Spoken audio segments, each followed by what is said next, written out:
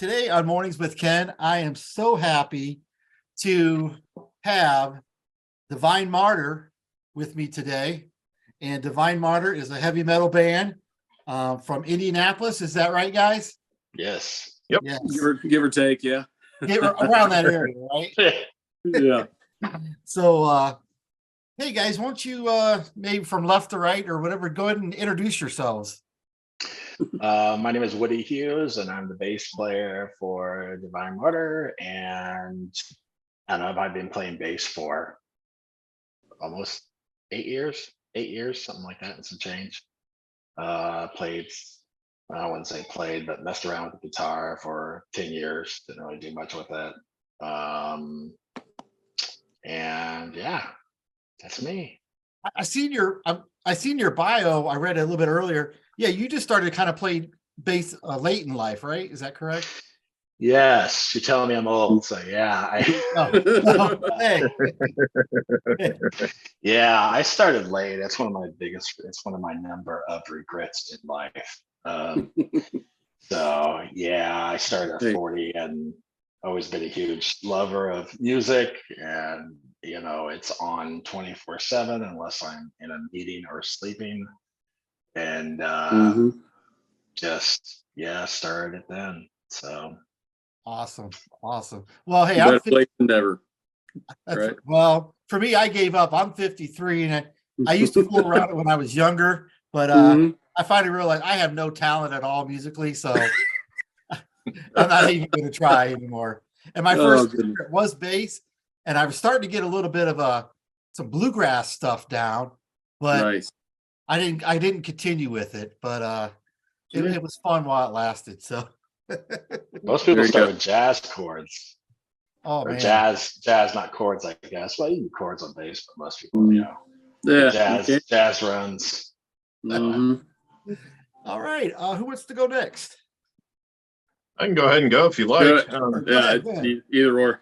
So my name is Mark. I for the most part I'm going to say the timekeeping element of the band. I'm the drummer for the band, but I also am an orchestrator. So I've written a lot of orchestration through the years. So it was kind of a no-brainer. I'm a fan of power metal, but I'm also a fan of writing film score orchestration. So these two put together very well. And so I play also keyboards, and sometimes you'll hear me doing something vocally in the background through a lot of, we'll say, audio engineering effects. To make it very obscure, we'll put it that way, and any other electro music tricks we pull out. So, but yeah, I played. That's okay. Well, I was gonna say, go ahead. But yeah, it's like I played drums for what year am I on now? I'm gonna say 30 years. I don't want to say I'm any older than that, so I'm gonna say I'm on my 30th year of drumming. That's the cutoff, right? Yeah, exactly. Yeah.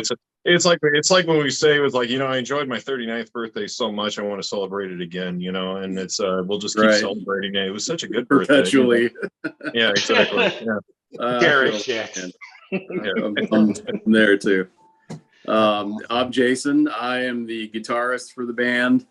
I've been playing, I'm probably right there with Mark, honestly, about 30 years. It's kind of hard to believe at this point, but yeah, time flies. Yeah. And I've been in bands and playing music since I was, probably 17, 18. And I've done music to some degree, ever since then. I've had spans where I wasn't in bands and, raising family and doing that sort of thing too, having kids. But, music has always been a part of my life. And I can't see that ever changing. Awesome. Honestly. I did see on your bio that I think it was your bio. You enjoy the music of Believer. Believer, yeah. I mean, that's a band that I discovered in high school, and they had a record about that time, like 90, 92, 93, called Dimensions. Oh, which I don't know if it sounds like you're familiar with it. That record was ahead of its time by 25 years. It's still an absolute masterpiece to this day, and I kind of it seems like they kind of disbanded and didn't do much for a long time after that. And then when they came back together, their style had kind of shifted a little bit. But that record is an absolute treasure to me. That's the It's one with my the favorite. kind of classical overtones to it. Yeah.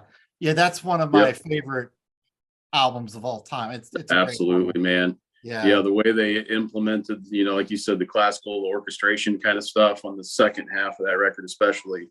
Yeah. They kind of built it in movements, and it was very much classically composed. And they're just, this was like pre-symphonic metal, so before Nightwish, before any of that stuff was happening, these guys were doing that stuff, and it was just incredible. It blew my mind.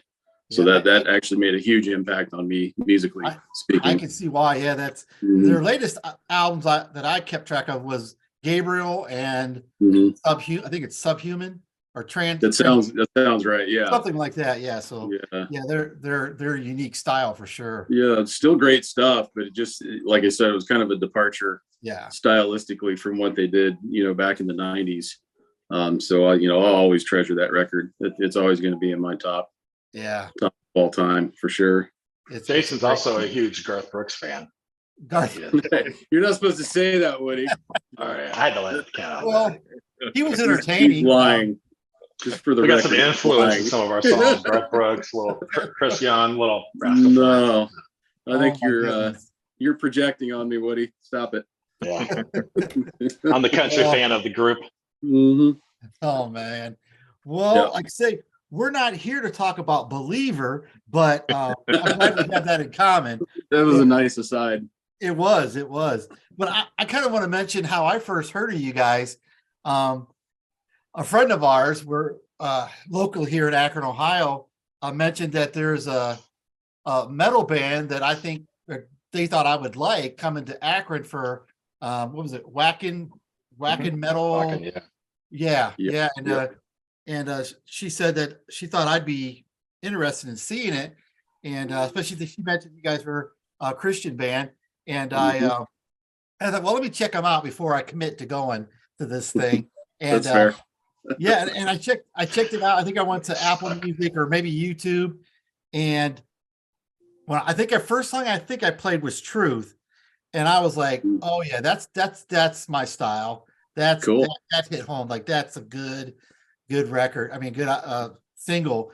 And then I listened to a few others. I think was it Shatter the Doubt? Like great tune.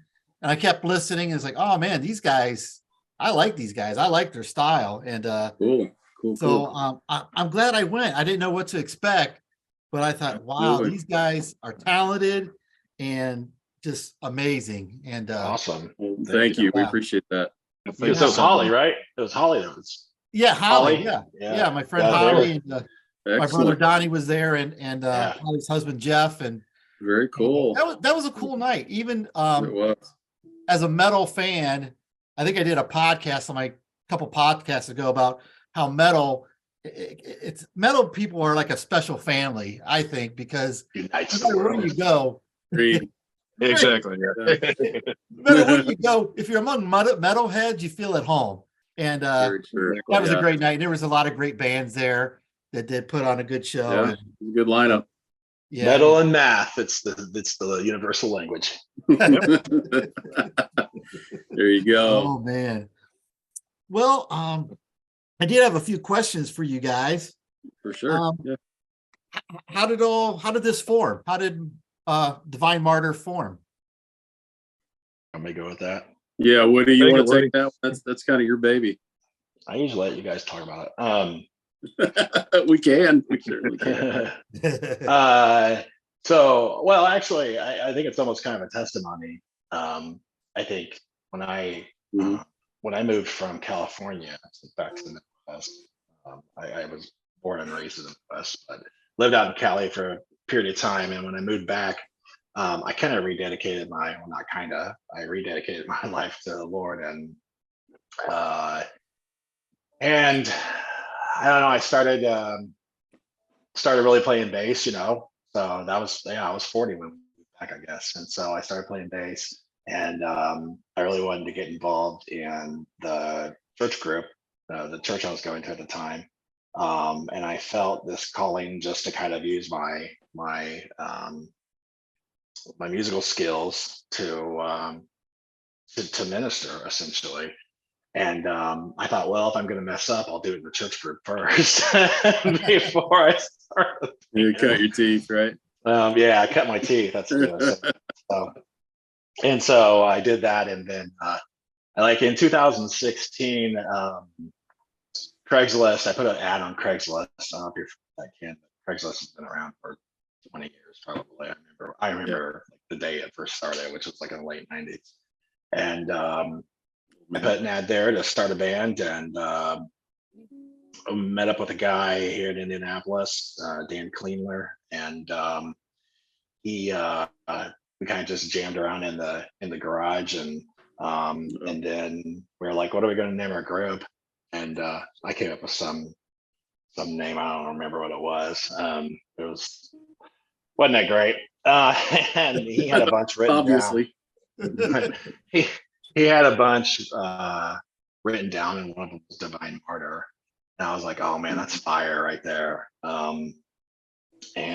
So we played around for about 6 months, and then it was interesting because it's kind of interesting how the Lord puts everyone together. Like Mark came on about a month later, and then but before Mark, Dan and I had met this guy. His name is Eric Felipe, and we were just not really rehearsing, but just kind of getting to know each other, and we were playing and stuff. And then I think Dan and I are kind of like, well, we want to do this is kind of the idea we have for the band and whatnot. And he said, all right, and we didn't jam together again. And during that time, I went to check him out because he had said that he had been in a band called Torn Veil.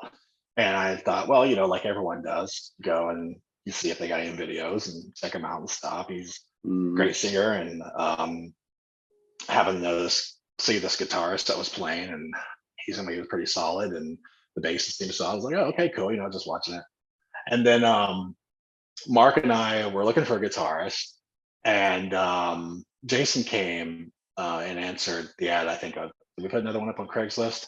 Something like that. Craigslist, Facebook, yeah, one of those when I picked up on it.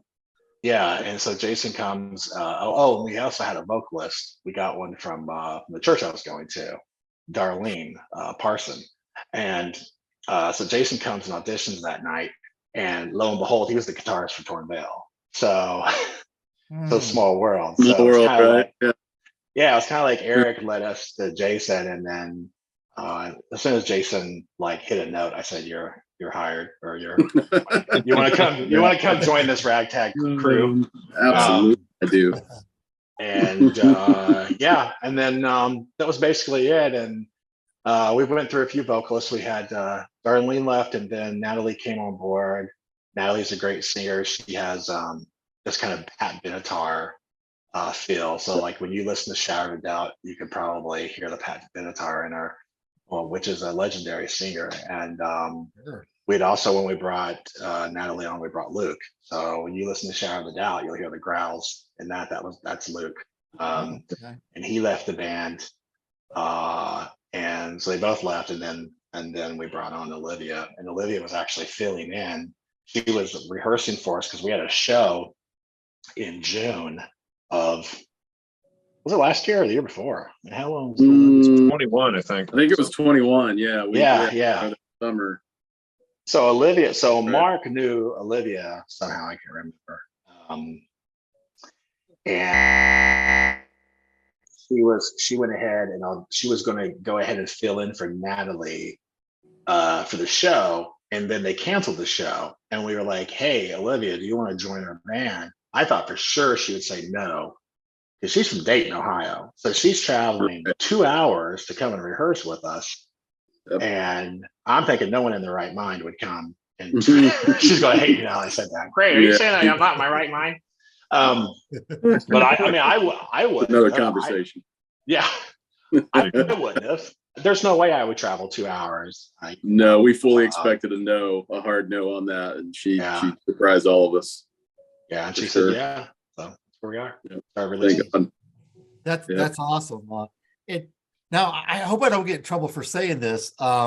At that night when I met you guys at the concert, and I think one of my friends pointed out that Olivia, there's the singer over there, and maybe I'm just showing my age because like I say, I'm 53, going to be 54, and I'm like, no, she's just a little girl, like she's just a little girl, like it's like it was so weird, but boy, she could belt it out. I mean, she's Absolutely, yeah. a great singer. And she plays cello. I think that what the Lord really brought with her was the cello, like as well. Like we really, that just added a dynamic, and you hear it in Mystique, and which is one of my favorite songs. We haven't got a whole lot of streaming on Spotify with it. I would think, I don't know. I mean, I'm biased, but you know, when Mark was talking about film scores, I mean, I can hear Mystique on another Lord of the Rings. And so, yeah, she played cello. So yeah. I'm sorry, Mystique was the instrumental one. Is that the instrumental? Yeah. I do recall hearing the cello. Yeah, in that song. Yeah. Yeah. We had originally had that in the Vakken set list, and then we decided, you know, with all the changeover and stuff that has to happen with that instrument, we kind of pulled away from that just to keep the set list down a little bit. But you know, that's always a great song to perform live, because people, you know, you don't often go and see a metal band live and see live cello or live strings like that. Yeah. So that's a really, really cool element that we hope to kind of build that more into the sound going forward. You know, that's the only song we've really highlighted the cello on, but we're hoping that going forward, that'll be a bigger part of what we do for sure. So Ken, what a lot of people don't realize was with that Battle of the Bands, so we were graded on particularly not going over the allotted amount of time, which is 30 minutes. There was various grades, so time, performance, technicality, and then I don't know what. Just you remember, Mark? The interaction with the crowd. I mean, there were all these different elements that you were kind of scored on. Yeah. But that was one they said, if you go over even a second, you're pretty much disqualified. So you don't want to mess around with that. So we were very conscious of that, and we kind of shuffled the set list around just to kind of make sure that we fit in that window, because we didn't want to take that chance. Yeah, I thought I heard someone speak that night about even the setup, or is that part of the going over? But set between tearing down and setting up, you guys waited on that. I'm not sure if that is true, but no, yeah, because that would have been like we got. I mean, here's the thing: is Empire is, and I hope they're watching, because sorry, C3PO is calling. Do you have a droid? I got people texting me. It's work. I've been working since 7. I just got off work. Crazy, man. So they're still going back and forth texting my boss. Now, what was I going to say? Empire. So thank you. So Empire is an awesome venue, and like I said, I hope they're watching, because those guys are professional. The sound engineer is probably one of the best sound engineers we've had the pleasure to work with, because I mean, when you combine the acoustics of Empire and with what he did with mixing, I mean, we got up there, and I don't know if you noticed, but it was like, hey, bassist, do you need more? And I'm like, nope. Yeah. Jason's like, nope. Mark's we're dialed in. I mean, 2 minutes, we're ready to go. That never happens. Yeah, I mean, there's always some kind of a hiccup or something that, you know, the levels aren't quite right, or the in-ears aren't working, or there's always just something going on sound wise. And man, it was just 2 minutes and we're ready to go. It's just unheard of. And trust me, like, I won't name the venues, but we have been to some venues that, I mean, it's bouncing off the walls and it sounds like mud. And that's why in-ears is so important that you have. But when you're using wedges, man, and if you're in a tight spot, it's like mud up there. And so it was really nice. I will say, now, I live in North Kent, which is about 30 miles south of Akron, but I grew up, you guys were in my old neighborhood where I grew up, basically. I grew up in Akron, but cool. When I first heard it was at the Empire, I was a little hesitant, because knowing that area growing up there, that building, I don't know if it was called the Empire, but it used to be, if I could say this on Mornings with Ken, a strip club. So yeah, wait, is it the Empire Strip Club? Like, why would they? Wait a minute. I was like, wait a minute. So, Oh man. Converted it nicely. Yeah, they did. They crossed it over, I guess. yeah, And, so that was a great night, and I thought all the bands did great, and yeah, it was a lot of fun. You guys knocked out Olivia.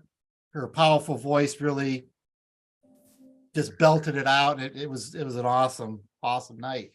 Yeah, she killed it. My other question was, I was going to have a why metal, but I think after hearing you guys talk, you guys are all pretty much were into metal automatically. Is that correct? This is how I got, man. I had an older brother that was then, he was listening to, at that time, Motley Crue and Van Halen, Iron Maiden, that sort of stuff. And he was like 3-4 years older than me. So, I mean, just from the time that I was exposed to music, it was always heavier. So that was just sort of a natural gravitation for me personally. And then when I started playing, right, it just kind of translated, I'm going to play guitar, I'm going to play metal. It's just how it is. Right? Same with everybody else, pretty much, just metal. Yeah. How about, is it Mark? Yeah. Mark, same for you, Mark? Yeah, I mean, for me, it's when I said I came from a symphonic background, there's always the running joke of we can't quite get past this obscure 70% threshold on the dynamic level. The symphonic orchestra's master. Sometimes it gets to 80, by the way. I know I'm going to get some hate mail for saying that. It's like, what do you mean we can't get past 70? I was like, well, you can't. But it's like usually it's beautiful, seamless dynamic contrast from about, we'll say 1%, just I'm just going to say reference, about a 1% dynamic intensity level, all the way up to about 70%, 75% maybe. And there's always been this threshold where it's like, well, can we go a little more? And the answer is, yeah, you can, but they always say, well, that's over the top. And it's like, okay, great, play over the top. And a lot of people don't really want to do that. So for me, it's like, that's why I like symphonic metal is now we can kind of bump it up to the high 80 percentile by adding the metallic instruments to it, so the metal instrumentation. And then even a guttural, a little smattering of gutturals really kind of push the intensity over, so we still hit that high 80%. I think we can cross 90%. We did it once on a weird some experimental stuff we did. And we crossed 90% by using like samples of howitzers and ordnance and, full firearms and, chatter and so forth, nature explosions and all that other good stuff. Then we moved up into the high 90s, or I'm going to say 90s. We can still go higher. But I think it's incredible. We've got such an incredible range of dynamics like through the symphonic metal genre where we can go from that 1% to, I'll say 90. I'll just say 90. There's 10% that's been unexplored, and it may be even bigger than that. But I think it's really cool when you add metal to symphonic because just the extreme dynamic and mood contrast. I don't want to say the colors and the paint, like the painting through the music of basically the emotion you can pour out. But I think it's just absolutely cool the incredible diverse range we can go now with symphonic mixed with metal. Sure. And I know there's going to be people who absolutely hate that combination, it's fine. It's on them. So, well, I mean, in my opinion, they're kind of two of the same family, really. I mean, if I always bring up Vivaldi as an example. I mean, if that guy were alive today, he would absolutely be a metal musician. Right? So, I mean, the separation between metal and kind of the orchestrated classical whatever. To me, there's not a whole lot of separation there. I think it's really cool, like, as we could talk music history and we'll put everybody to sleep, but that's okay. We'll do it anyways. Like, we talk music history because you have the classical music where everything's just like symmetry. And we're like, yeah, we get it. Look at the architecture. Everything's symmetry, yada, yada, yada. And, next thing you know, we've got the Romantic era that, it's like, no, I don't want your symmetry. I want more it's like, how do I paint this extreme emotion without, this garish symmetry? And and it's like, the Romantic composers. I think you're absolutely right, Jason. I think the Romantic composers would absolutely, hit a drop C tuning or some insane tuning if they wanted to just really just get this chunk out, of their composition. And they would definitely. I can already foresee, like for instance, we'll say Beethoven as he getting later in his life, he definitely would have done some work with synth if he could hear it, Tchaikovsky, before what about death. Tchaikovsky? Oh yes, yeah. Yeah. Tchaikovsky was experimenting with ordnance as well. He was using cannons. It's like, so it's like good. Yeah, it's like great. Let's use howitzers, and fireworks if we can. I can't really sync that, but it's like great. Just this emotion where it's not musical, but it's a nice gut punch around the high pinnacle of the 1812 overture. That Tchaikovsky did. No, so it's perfect. Absolutely. Well, sorry. Well, let's see. I think it's saying, I only have 15 minutes left. I guess I should have upgraded to the paid service. Hey, maybe we can reconnect if we get cut off here. But no, for sure, yeah. Yeah. What? Real quick. What about Olivia? Now, how did you guys? Was she into metal, or did you guys have to convince her to be into that style, or how did that work with Olivia, the vocals? Well, Olivia's been in. I know she's been into metal. She's checked out bands. She's been a fan of metal, but I know she's and we're glad for this. She has been insistent thus far on clean with good vocal technique, so she doesn't fry her voice. For how she's been trained right now. So it's, yeah, and I'm totally fine. I think we're all fine with very, we'll say, belted and very supported melodic singing, and it seems to work. Yeah, it's really worked for us. So yeah, I think it's a good sound for you guys. I really do. I've always enjoyed a female metal singer. You don't find too many of them, but it goes so well with metal music to me. Right. I think they complement each other very well, and especially, I mean, her style compared to where we've, the vocalists we've had before, she has more of a pop sensibility, I think, to her voice, but I think that translates very well with, our music's kind of melodic anyway, right? So it, to kind of merge those two together, it was pretty seamless. I think she was a natural fit for us. Yeah. Sure. I think one of our favorite, all of us, we really like Nightwish, which we have some influences. Absolutely. Definitely of Nightwish in our music. And I always like to compare her coming into the band kind of like when Annette Olsen came into the band back on their Storytime. Was the album actually called Storytime? Imaginarium. Thank you. Yes. But that's one of my favorite songs, is Storytime. So for sure. she definitely had that more, hate to use the term, but it's true, radio friendly kind of voice. So I kind of like compare that to Olivia. So yeah, no, that's a solid comparison, really. It is, yeah.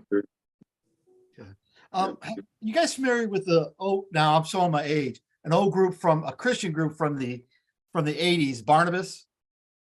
You guys familiar with that group? I can't say offhand that I'm familiar with them now. If you ever get a chance, listen, they were one of the early Christian metal bands, and they had a female singer, Nancy Joe. Cool. And I thought she did a great job of being a female metal vocalist. Particularly, check out the album Waiting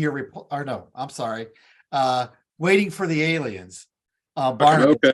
Cool. And yeah, love to see what you guys think of that. But especially back then. I mean, a metal band with a female singer, that was in the 80s. That was pretty much unheard of, right? I mean, yeah. It just didn't. I mean, it's much more common today, but 40 years ago, man, that was off the charts. That's pretty cool. It hasn't been 40 I'll years. definitely have to look them up. Yeah, check them out. Man, I wish I would have scheduled or paid for the upgrade for more service. I guess we'll try to move on. So why the faith put into the music? Oops. Why faith and into the metal music? Is that because who you guys are, or? Yeah, I mean, that's just, to me, it's just a natural thing to do, right? I mean, if you have good news, you share it with people, right? And we're musicians, so to me, the music is the natural vessel to kind of share the hope of Christ. I mean, that's, we've been given the mandate to go out and spread the good word. I mean, and like what he was saying earlier, music is kind of the universal language. So, what better way to get the message out there? And Exactly. to me, it's a natural fit. Yeah, I always view us as kind of like a seed planter band where we'll get these seeds planted. If nothing else, somebody, they listen to the chart, they listen to the song that we're playing, and we plant a seed of hope. If nothing else, hey, guess what? You're loved. And it's one of those. To a lot of people, they may not have heard this before. And it may be completely revolutionary to them, or they haven't heard it and they haven't believed it yet. And it's one of those, trust us, you're loved. If you don't trust us, that's fine, but just know you're loved, and it's like, and I think it's basically, we're kind of fighting up the current, if you will, I think there's a lot of marginalization in the world. I think there's a lot of outcasting. It's like we could fight against that and show a lot of people that, they do matter, they're loved. Yeah, exactly right. Yeah. And you would think, after all this time, because, Christian music has been around for ages now. And Christian rock and all that. And you think the biases would be over, especially in metal, because metal, if you enjoy metal, you enjoy metal. Now I keep my metal kind of limited to more positive. Like I won't go down to the dark metal. It's not in my faith. Absolutely. Yeah. But so it's a shame that there's still a little bit of a bias, even that night at the concert. And I moved up front to see you guys as close as I could, and I think Olivia was singing "Truth," and just some stranger behind me goes, "Oh no, they're singing about God." So it's like, Right. oh, it's like, dude, but it's can't you just get to the music? I mean, it's crazy how there's still somewhat of a bias. It's like people are just inherently offended by the truth, man. I mean, that's the bottom line right there. It's truth and they don't want to hear it, so the very fitting song title, I guess, in that respect. Yeah, but you'd be surprised though, Ken, like we actually have, I dare say, more support from the secular world than we do from churches. That's true in a lot of respects. Yeah. It's sad, and I have no problem being on record saying that either. I mean, I think that like it's what I say in private, and that's what I'll say in public if you get to know me. But I am working on my humility. No, I think that it's true in regards to that, because like churches, it's all about Christian contemporary music, and CCM is like a lot of churches just don't want to go down that, even rock kind of. I mean, about the heaviest you get that's like mass accepted is Skillet. I mean, and even then, to have a church like kind of back that up, they've got to be kind of a progressive, big, I would call it California LA church. Like we have, I won't say, but we have one around here, and it fills up like 800 to 1,000 per service, stadium seating. And I mean, like we wouldn't be able to get in there. Yeah, we wouldn't be able to get in there. But yet we go to a secular concert where there are other bands who are not in any way, shape, or form faith-based or even positive. And yet we get done and they're like, hey, that was really cool that you guys were up there, like, kind of like totally like taking a stand for your faith. Like we actually have had people say that. So, I mean, you don't hear that much from the churches, and it's really, really sad. It's a serious problem that we have in the Christian community. It is. So. And on the other note, that same night, I thought the people there really got into the music when you guys took the stage. And I think they just love metal music. For the most part, they just love metal music. And I think all the bands appreciate it.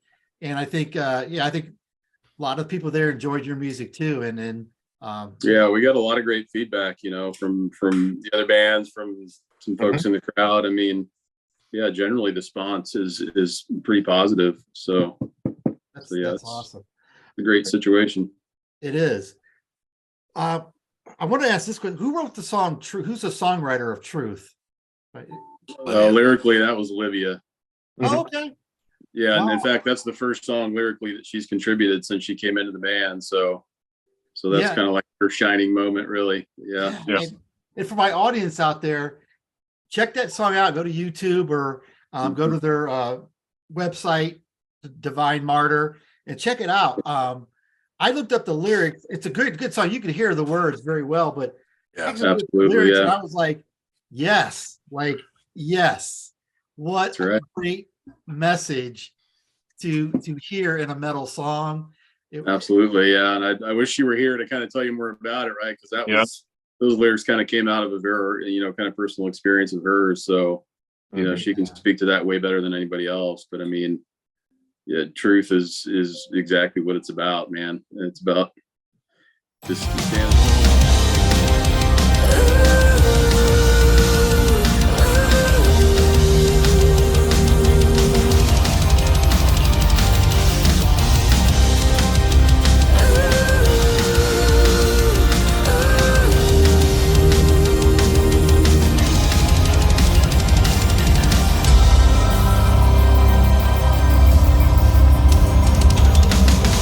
It was all a lie to manipulate.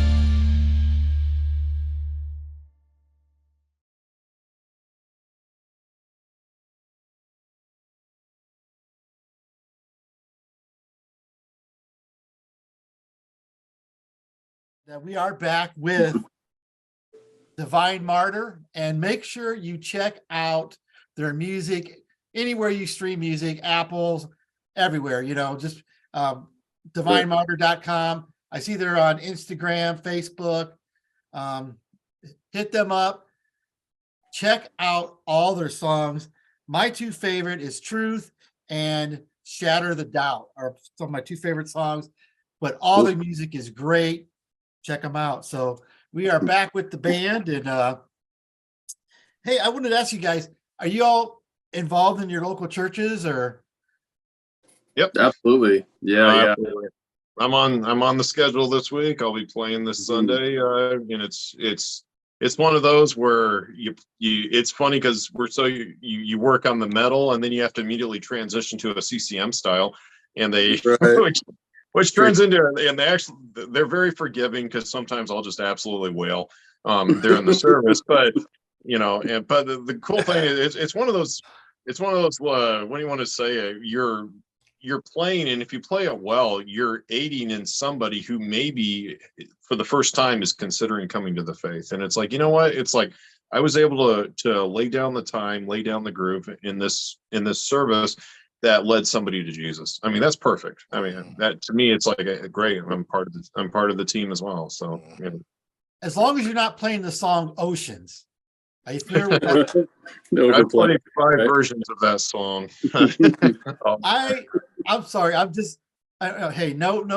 I'm not. No, I the writer, but I'm looking funny because I did a cover of Oceans on my YouTube page. Yep. Oh. Well, I mean, hey, The metal version. A metal version. Oh, I got to check that out. Are you serious? Yeah. Well, it's actually a cover of a cover. So, Yeah. Behold the guy's Beloved, name? right? What's the guy's name? Behold the Beloved. Yeah. So we Yeah, that's the played. band that we saw do it at Kingdom Come a couple of years ago. They killed that song. Yeah. So we were playing there. We were one of the bands that were playing, and they did that one, and I had not heard of it before because I don't listen really to CCM. And but when I heard him do that one, I was like, oh, I'm gonna do a vocal cover of it. It's so a good rendition for sure. Yeah. I will have to check that out. It's nothing against the song. Just that's one of the songs that from my church that I've been to. It's just 400th time, 1,000th time. Yeah, 1,000th time. And I'm not really hip to the Jesus is my boyfriend or girlfriend song. Me neither. But, yeah. So feels weird. We all have those, man. It's all good. So pretty much all you guys are doing attending church and active in cool. For sure. Yeah, we've been at the same church for like 10 plus years, and I've done tons of work with the worship team there. I've backed off a little bit as this project has sort of picked up. I've kind of backed off my time there a little bit and balanced everything out. But yeah, I've been pretty involved there for a number of years. In fact, it was pretty cool because my son, who's a drummer, he's 25, almost 26 now, but he was playing drums in the worship band. I was playing guitar, right? So there were a number of years where we were able to do that together. So that was a really cool bonding experience for us to be able to do that. So very cool. That would be awesome. I think that's what's really cool about Jason's situation. His son is an extremely talented artist. This guy plays drums quite well. He plays guitar quite well. He plays bass too, right? He plays bass just fine. And he's probably better than I am. I haven't heard him play bass. Yeah. But, he is. Thanks, multifaceted singer too. He can sing, he can scream, he can growl, he can do the whole thing. Yeah, so he's a one-man band, man. It's kind of unbelievable.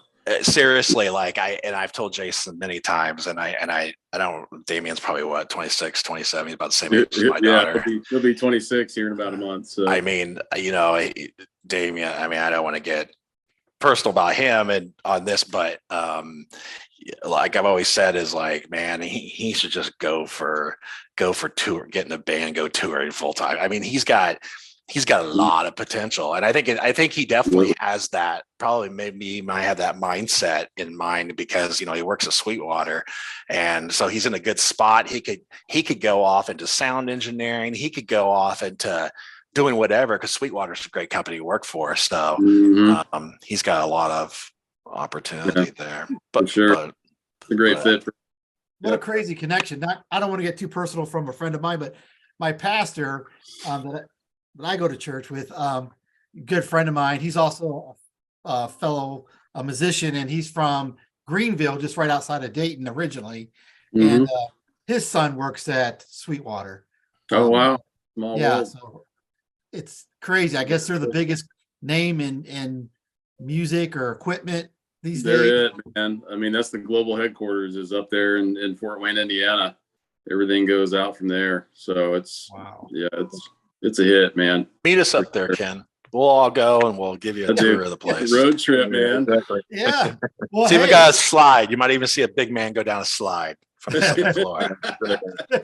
well, hey, Guaranteed, man. if I'll keep checking your website. If I see you guys are playing somewhere, I'll definitely make a trip out there. It'll be Sure. worth it for sure. Mhm. Jason, I just have one question for you. Absolutely.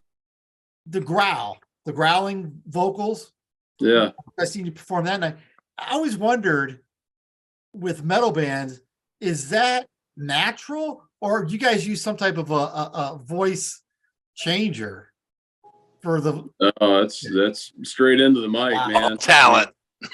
Yeah, that's funny you asked that because I mean I've kind of done that off and on over the years as I've played in different bands and kind of filled in and done backing parts. I've never considered myself much of a vocalist, right? I kind of stepped in when Luke walked away from the band, a couple of years back. It just felt empty not having his parts in there, right? So I kind of stepped up and tried to do just a little bit of what he was doing, and I don't feel like I even come close to what that guy was capable of. He was just phenomenal all the way around. But to just leave those parts on the table and try to perform live without those elements, it just felt empty. So I kind of do my best to fill in and make it sound as full as possible. Especially like Shattered the Doubt. We've changed that one up a little bit, right? Because Luke actually did the lead on that song, and now Olivia has kind of taken over the lead on that part. Because there's no way on earth I could do what he did in that song, right? But I can jump in and fill in some of these little parts here and there, man. So I appreciate that. Yeah, I just don't know how you guys have a voice left after growling like that through songs. Yeah, I mean, I've found I've done it long enough and I've done it often enough to know that there's a certain way that you should and should not do that, right? Because you do it the wrong way, you're not going to make it through a song, so for any sort of longevity at all. And then to be able to turn around and sing like in the same breath almost, right? The same song. Yeah, there's a certain technique, which I'm still kind of working on and developing, but, kind of out of necessity, I've had to expedite that a little bit, right? I don't know how the guys in grindcore do it. The guys that just, the whole song is one big growl. Like, I mean, that's not my style. I love all kinds of metal, but if it's just a long, consistent growl like grindcore, I'm kind of out just because it's not my thing. Too much of a good thing, right? No, I'm with you, man. It's in moderation for me. I can't do that stuff for too long a time. It's all technique. It really is. It's I would actually say, because I took vocal training for like probably 6 weeks. I just couldn't pull it off. It takes a lot of practice, and you're not impacting your vocal cords in any way. There's fry screaming, and then there's essentially what happens is like you have muscles around through here, and then like around your vocal cords, and those are the ones that actually vibrate. So that's how they're able to keep their singing from being destroyed, blown out, is they're actually vibrating those flaps or those whatever they want to call them around that, and then they can switch between clean and that and growling or fry screaming, I think is a technical term, and then there's other terms, but you're right. It's tough. I think I grasped. I had a vocal coach, same coach that Mark has currently. I think Mark, if you're still going to Renee, I don't know if you are or not. Yeah. But Everyone? Renee is classically trained, so I started out and getting training from her, and it's all about like your diaphragm and keeping air in your lungs and all that. And it's the same thing with growling and screaming as well, except that you have to engage different kind of muscles. And you still got to push from the gut, man. I mean, there's nothing behind it, right? It's all diaphragm. Is that something you guys are going to teach Olivia down the road? She won't want to do that. No, I don't think she has any interests or desire to do that. So that's good to be me. Completely different style. She doesn't want to fry her voice. No, I don't blame her at all. No. I wonder if, just out of curiosity, do you guys, is there any bands out there that has a girl singer that does that? Yep. Oh yeah. Tons. Wow. Yeah, go check out Seven Spires. Yeah, Seven Spires, definitely. That's in fact, we're going to see them tomorrow, them and El Vite and another band from Switzerland. But yeah, I mean, Adrian does it better than anybody on the planet, in my opinion. She can sing like a nightingale, and then she can turn around and scream your face. And I mean, she's incredible. Another one to check out is Alyssa Glues from Arch Enemy. Arch Enemy, yeah. It's another good example for sure. So Alyssa started. I was always a fan of the band Agonist, which they're a secular band. I listen to a lot of secular bands, probably more so than Christian metal bands. I don't know why that is. I just do. And then, but Alyssa White Glues, she started when she was like 19, probably 18 in that band. And then she went on to replace another screaming vocalist, growling vocalist for Arch Enemy. Angela, and now she's part of Arch Enemy. She's amazing.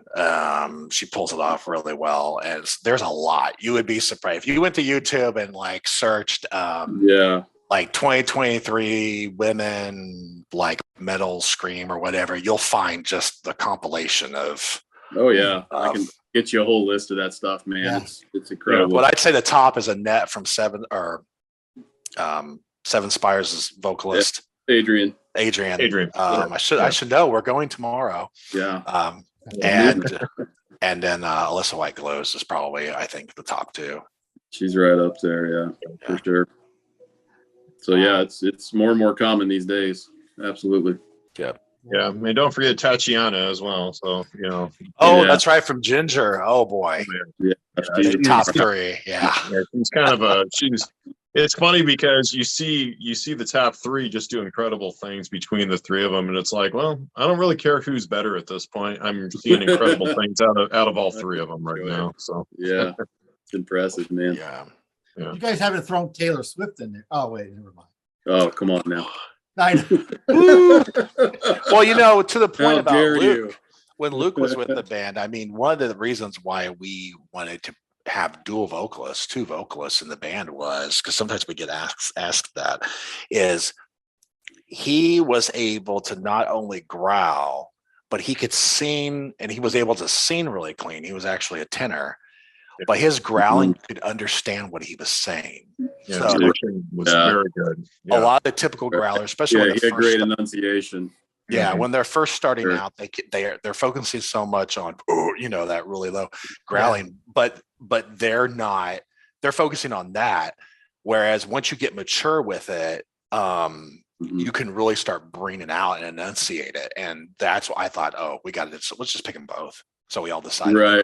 Yeah, exactly. Right. So. And they complemented each other really well. Oh, yeah. It did, harmonies and such, right? And that's become kind of a big element of our music. So, we just try to continue that as best we can, I think you guys, I enjoy the happy medium there. I think it goes well. Of course, I'm not a real, it took me a while to appreciate that.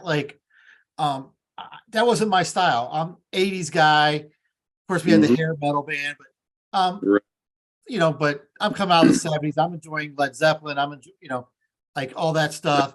And then hair metal, which is what it is.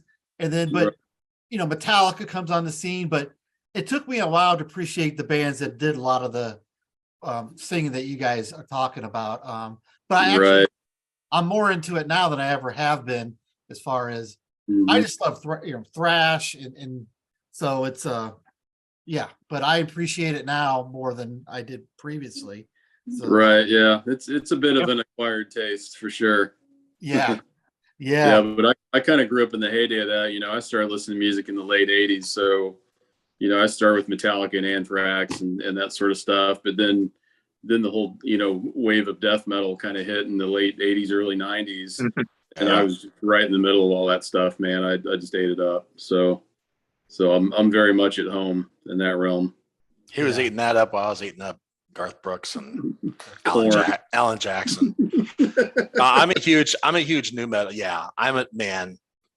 Like I've said, if I wasn't in this band, I'd be probably trying to resurrect new metal. With the big baggy pants, the ones that in the 90s, Right. like they would get all wet. Man. I'd be all wet in the bottom. They'd be scraping against the ground. Yeah, that was me. Everything but the everything but the eyebrow ring. I don't think my wife would let me get an eyebrow. No holes in my face. No, thank you. Now, how did you guys make it through the grunge? Grunge, is that I do not like grunge. I am not. I Right. never liked Nirvana. I embraced some of it. Like, to me, Alice in Chains is probably the best thing that came out of that whole movement. Soundgarden was pretty solid. I mean, Chris Cornell is one of the best vocals ever. But like, just, you know, full band wise, to me, Alice in Chains is it, man. Like, you know, Pearl Jam was good. Nirvana kind of had its little niche, but I mean, musically speaking, I saw Alice in Chains like 1995 before anybody knew who they were. And, you know, I didn't even appreciate them at the time, but looking back, it's like, man, it's really cool that I got to see them before they hit, you know. But yeah, there was some good stuff that came out, and there was some not so good stuff out of Seattle, you know. It's just like any movement, it kind of eventually got oversaturated. Yeah, I think when grunge came out, it's like I quickly went to, we'll say, Radio Alt, you know, or something. So Gin Blossoms, Toe the Red Wet Spot, say that 300 times, and then Tongue Twister, Smashing Pumpkins, a little bit of Smashing Pumpkins, and then at the time, well, I hated grunge too. I hated grunge, but I did like Soundgarden. Black Hole Sun. Right. I thought, that's a great song. Good tune, man. And Jeremy from Pearl Jam. Jeremy spoken. That was a good record, man. Yeah, 10 was a great record. You can't deny. It was. Oh man. It really was classic. It's a great record. I think at the time that's when I switched to classic rock. So I was like binge listening to Rush and Yes at the time. Yeah. So. Kansas. That's cool, Kansas, man. Yeah, I love some old Kansas, man. Like, you know, Rush is cool too, but like, I always kind of leaned more toward Kansas. I love the violin. Like, that was a cool element for me. You didn't hear that as much as, you know, every band had guitar, bass, drums, whatever, but violin you didn't hear that much, and that dude could tear it up, man. So the only thing classic I ever got into is Queen. And really there's only one album, and it's the Kind of Magic album, and that was because of Highlander, the movie Highlander. And then the only other one that I liked, I can't remember now, but I'd say Black Sabbath, man. Black Sabbath, they're like the godfather of metal. We wouldn't have metal as we know it today without Sabbath, man. I don't care what everybody says. That's probably true, yeah. And I couldn't stand Led Zeppelin, oddly enough. I have never been a fan of Led Zeppelin. No, not even for a minute. I like some Pink. Those old bands, like I like Pink Floyd, but just the voice grates on me. The guitar playing was sloppy and terrible. I mean, I could go on and on about Led Zeppelin. Here comes the hate mail. No Stairway to Heaven. Oh my God. Well, enough about those other bands. Let's get back to you guys. We got derailed. Yeah, no, I get it. So what's up next for the band? What do you guys got planned for coming up in the future? Or well, as soon as we're off the call here, I'm working on another music idea, and we've got a very long backlog of ideas that we're paring down. But long story short is we're trying to pair and finish off a full-length album. Nice. That's the big plan. I'm gonna say the goal is end of year, so we'll just say 2023. So it'll be ambitious to get it done. We were going to try to actually get it done earlier, and then it just everything schedule-wise hit. So Yeah. basically what happened. I was looking at your EP here, Tribulations, and like I say, listeners out there, check out this album. But so it's I think it's 6 songs EP, Mhm. which, you know, for us older guys now, I can't even read it with my glasses on. I'm trying to read the track. And I'm like, Yeah, I wait, had either. to pack a lot of information in a very small space. it's Yeah. like, I have no idea what songs are on here, but it's Funny. I'm sure it's all great. And then I was checking out your music online, and there's one song you guys list, I think, on your website, but I can't find it anywhere. It's a hymnal. Martyr's Hymn. Yeah, Martyr's Martyr's Hymn. Hymn. Yeah, Yeah. we actually have a single that we released like way back in, was it 2016, 17, right? It was the first song the band released. And then we did an EP about a year later, and those were out for a time, and we've kind of vaulted those, so to speak. Just because, you know, like kind of the lineup had changed, the sound and kind of direction of the band had changed drastically enough where we felt like that wasn't a current representation of what we were doing. So we kind of vaulted all the older stuff. So basically, The first song we released in what I'll call the modern era of the band, when Natalie and Luke came on board, we released Beyond a few months after that, you know, maybe 4 or 5 months after that. So, you know, from Beyond forward, that's kind of everything we've done since, you know, 2018, I think. But yeah, the older stuff's kind of vaulted for now. That's not to say it won't resurface at some point, but we're just kind of focusing on, like I said, more of the modern era of the band now, and kind of going forward from there. So yeah, that's what you're seeing there. So I will not be able, as hard as I search on YouTube, I'm not going to be able to find that on YouTube, right? Nope. You might. I don't Well, know. Probably not. So. There is a You're not- music service. There is a music service that plays one of our older songs. I'm not going to say which song it is, and I'm not going to say which service it is. Get to looking, man. No, I think it's. You find it, you get a prize, right? I think it's. Man, I don't remember. I think it's Lament. It's either Lament or Martyr's Hymn. Yeah, And, it's one of the songs from the EP. I thought you said. really? Maybe it's Lament, and then I it's thought so. on. It's on. Which one is it? Drum roll. I think it's. I want to say it's like it's not on it's like on Apple's streaming service, or there's. It's something. It's not one of the big ones. It's not like Spotify or Amazon Prime or. I can't remember. Right. It was something a little more obscure, which I still don't understand how it didn't get pulled like the rest of them, but it's floating out somewhere. So Yeah. there you go. There's your little Easter egg hunt for the weekend. Right? Yeah. Go find that Yeah. hidden song. We made 2 cents off of it last year, I think. So Yeah, it's, somebody listened to it. 2 whole pennies. That's like 20 streams. So yeah. I mean, Yeah, how I are mean, you like, guys for going to split instance- that? I mean, how are you guys going to split your 2 cents here? I mean, yeah, well, yeah, it's, It's gonna be tough, man. It's gonna be It's tough. gonna be tough. Yeah, we don't. People like that's one of the things about Spotify and yeah, Spotify is great, and I think getting your music out there, these streaming services are. But I mean, like the way corporate America is, it just once again, I think the artists just don't. I mean, the music industry is incredibly tough, and I think not to go down the rabbit hole of this, but I mean, I could talk forever about how, like, well, you're a Christian band, and it's almost like a stigma that, well, you don't need to be paid for your work. Or there's kind of this expectation that you do it for free, or, it's like, oh, well, hey, Right. You're in it to, the chain to help people come closer to God. Well, that's Yeah, true. you're supposed to be ministering to people, right? Right. But what people don't realize, see, I'm starting to go down the rabbit hole now. You're preaching, buddy. What people don't realize is that it costs money to create music, and it's not cheap at all. Right. Even to record it, to release it, Right. to travel and play it. I mean, Even if you go with if we couldn't afford the big budgets of like the big bands that are on huge labels, and actually, to be honest, like we can get really close to the sound of a big band and play or pay like a fraction of the cost. exactly. You're not getting much more. I mean, you're getting definitely some polish and some little tweaks and some little tips and tricks that these guys have been doing it for 30 years that are part of the big, huge music scene. Yes, you know, they're, but you're paying a lot more for that.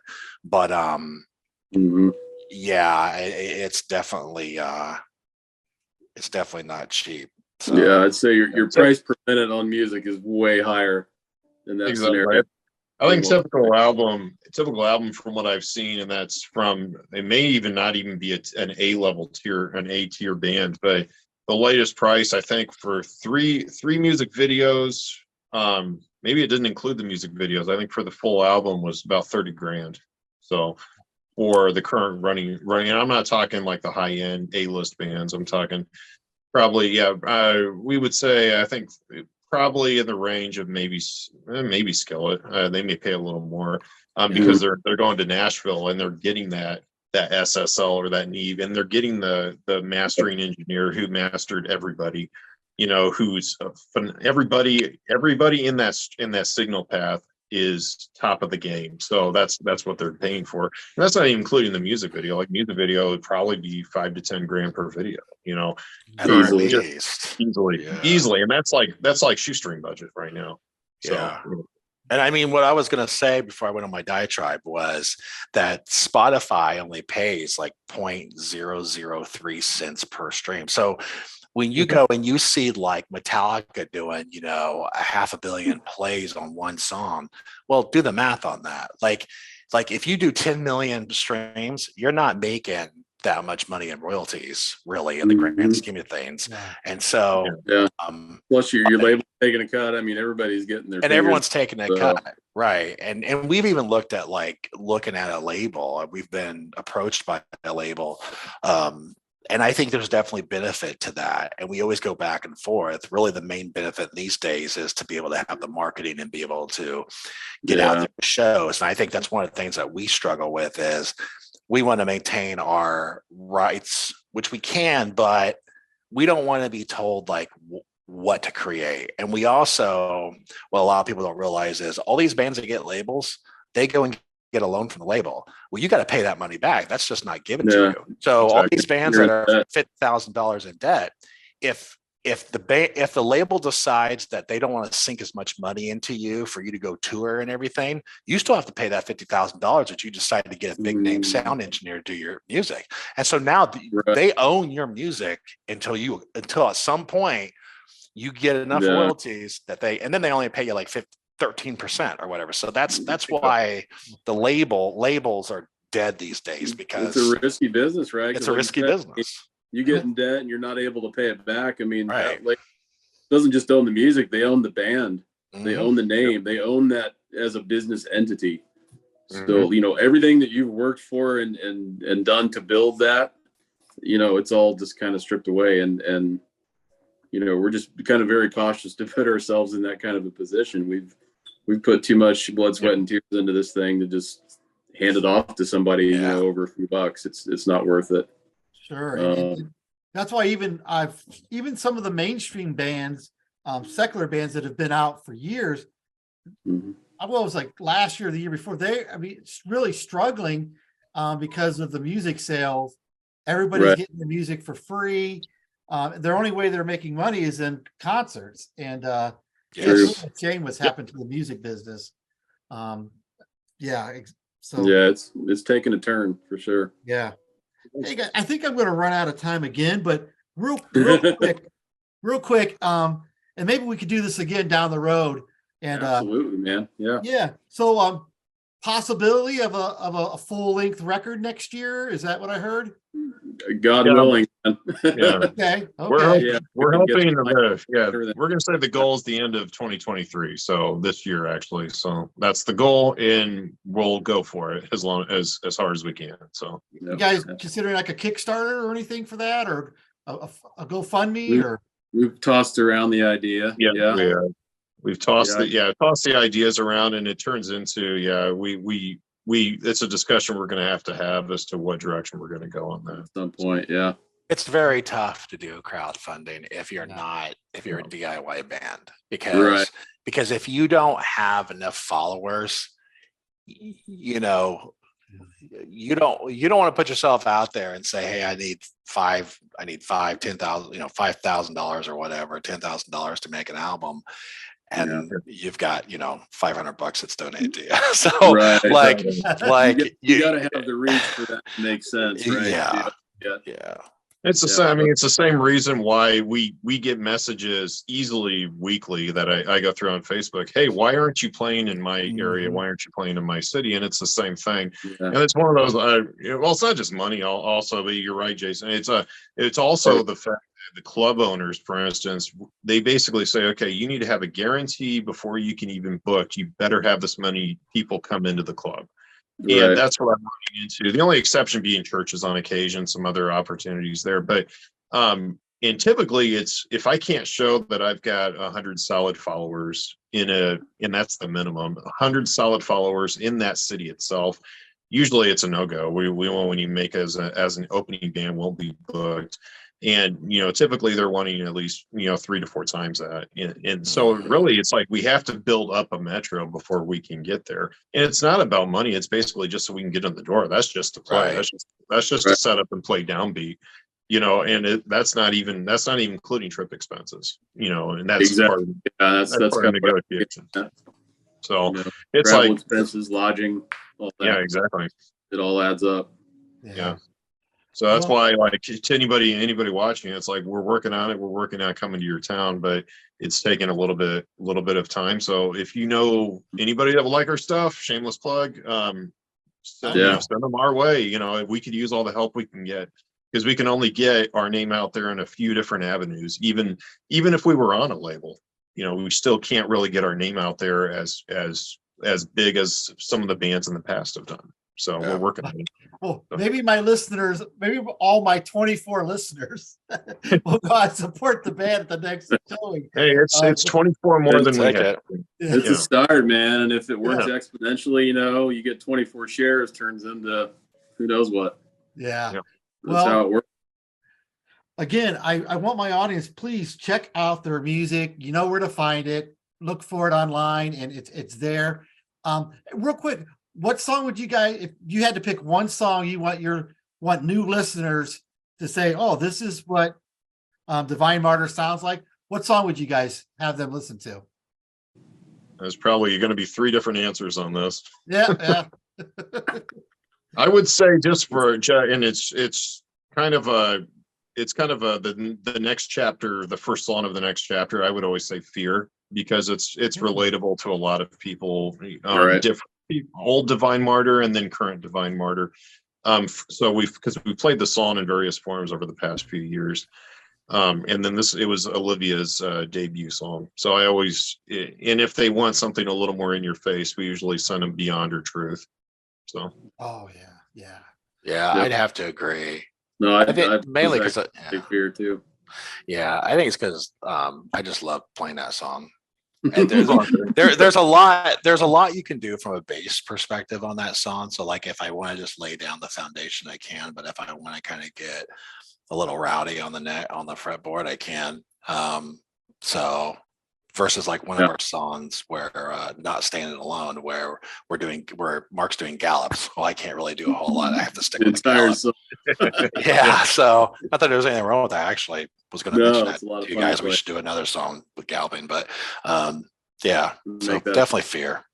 Yeah, I would agree with that. That's a pretty good cross section of kind of who and what we are. So. Well, I'll throw my 2 cents in. I love Truth, that amazing song, amazing lyrics. I love it. And Shatter the Doubt is another favorite of mine. Really, I was coming home from work. I'm listening to all the songs on there. It's like, they're all great. So you're not going to make a mistake by listening to any of their songs. So I encourage my audience, my metalhead fans out there, if you're into metal, you got to check out Divine Martyr. There's our little EP. Hit them up online, buy a t-shirt. I can't see mine, but I'm supporting them. Oh, he's wearing it. Awesome. Awesome, man. So buy their merch and check them out. And guys, any last words before we end the show? I guess, check out the website, check out the socials, follow us, like us. you know, every little bit, every thumbs up makes a difference, guys. I mean, I don't know if people realize that, but you know, every time you like something or share it or spread it around, I mean, it does trigger the algorithm, you know, on Facebook, on Instagram, and it broadens our reach. It puts us in front of more people.